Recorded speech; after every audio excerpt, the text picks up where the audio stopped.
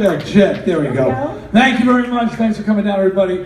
I'm going to stand and pace like a wild animal, if you don't mind, Heather. Please pace away. Pace away. That means I get a look at these awesome jeans that you're wearing right over here. She meant to say yes, but okay. I know your wife's here. I'm trying to, keep it, as pacey as possible. Good girl, Heather. Go. Thank you. Well, welcome to Spooky Empire. Yeah, I'm glad to be here. It's my second time. I was here a few years ago, I think. Yeah.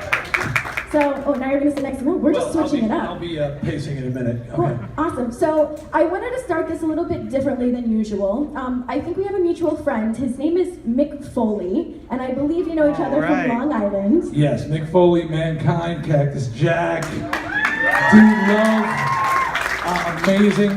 amazing human being. Besides being an incredible friend, changed my life because he's one of the most generous, he is the most generous person that I ever met. And basically hanging out with Mick and seeing all the charitable work he does, literally, and I'm not joking, shamed me into starting to be charitable. I was so embarrassed by his level of generosity and charitableness. Just to talk about on Mick for a second, he does so many public charitable things, but on his off time, he just has a list of kids who have cancer who are wrestling fans, and he cold calls them, just knocks on their front doors and shows up. No fanfare, no nothing, and he just hangs out and watches TV and talks with them. I mean, that is a generous person. He's amazing, and he wanted to be here when you found out that you were here, but he just had surgery a couple of days ago. So I texted him and I said, Mick, what question do I ask Dee? And he said, at the New Year's Eve party, his son went up to you and said, Dee, why do you say bad words? Yes. For some reason, the Foleys have a sensitivity towards profanity, and Dad had been playing his kids some of our concert videos, and I have been arrested for profanity in my day, and his son, I walked up to you, what do you say to like a 6-year-old who looks up to you like you're Santa Claus or something and says, Dee, why do you say bad words? And I said, son, because the world fucking sucks. Get used to it. Just ask your dad. I don't remember what I said to him, but I was taken aback.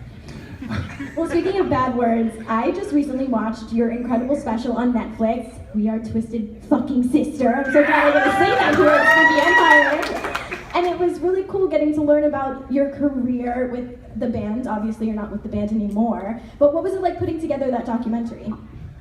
We Are Twisted Fucking Sister, how many people have seen it? Anybody? Okay. Those of you who don't, it is on Netflix, it's available out there. And we were approached by an independent documentarian who heard our story. Our story is that the band was together for 10 years before the world discovered us. 10 fucking years. That's why it's Twisted Fucking Sister. I mean, if I knew it was going to take that long, I would have been a doctor. But nobody tells you up front. And he said, this is an incredible story. People think you just showed up one day on MTV. It was like, oh, Motley Crue, Rat, Poison, yay, and there you are. But no, we were around for 10 years, and this independent documentarian made the documentary with our support, and I was just so glad for people to hear the story, because people, when they find out how hard we worked and how long it took us, whether you're a fan or not, you can't help but be inspired by our stupidity. I mean, our perseverance. Our perseverance, and we were. I'm just glad with the band retiring last year that documentary was released and people could finally hear the whole story about our struggle. And one of the things that I did learn from that was I saw your relationship with Lemmy, who is unfortunately passed, and I wanted to know. Lemmy's dead. Sorry. Yes. Be careful, man. I know something like that. Go ahead. Yeah, Lemmy, I love Lemmy. But getting to watch you perform on the live television show, and you had Lemmy come on, and that was such an iconic moment with you taking off your makeup. But I wanted to know about your relationship with Lemmy and Motorhead. My wife, I was at the memorial for Lemmy Kilmister. Obviously, he passed. And my wife's with me, and she knew Lemmy. She used to call him Lumpface.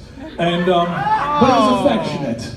But she knew we were really close. And person after person is getting up, and I mean, Slash is speaking, and Duff's speaking, and Gene's there, and Ozzy's there, and everybody, I mean, the people who turned out. If anybody's paying attention to the passing of Lemmy Kilmister, you know that all over the world there were memorial services at bars, but that was the spirit of Lemmy. And I mean, all of the Sunset Strip was shut down in his honor.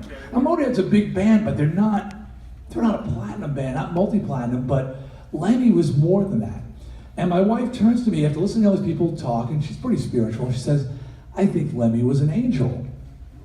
And I said, an angel? What do you mean? She goes, well, they say that there are angels who walk the earth, and they are sent here to help some of us on our journey.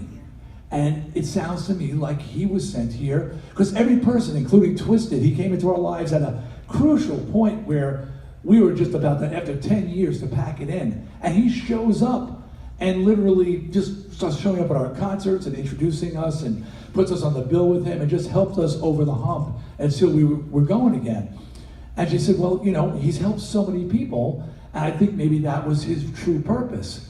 I said, so you're telling me they sent a frickin' drug-addicted pirate down as an angel? And she looked at me, she said, would you listen to someone with wings and a robe?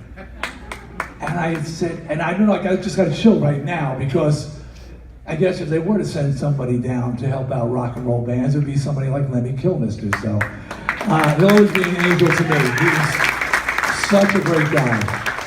Yeah.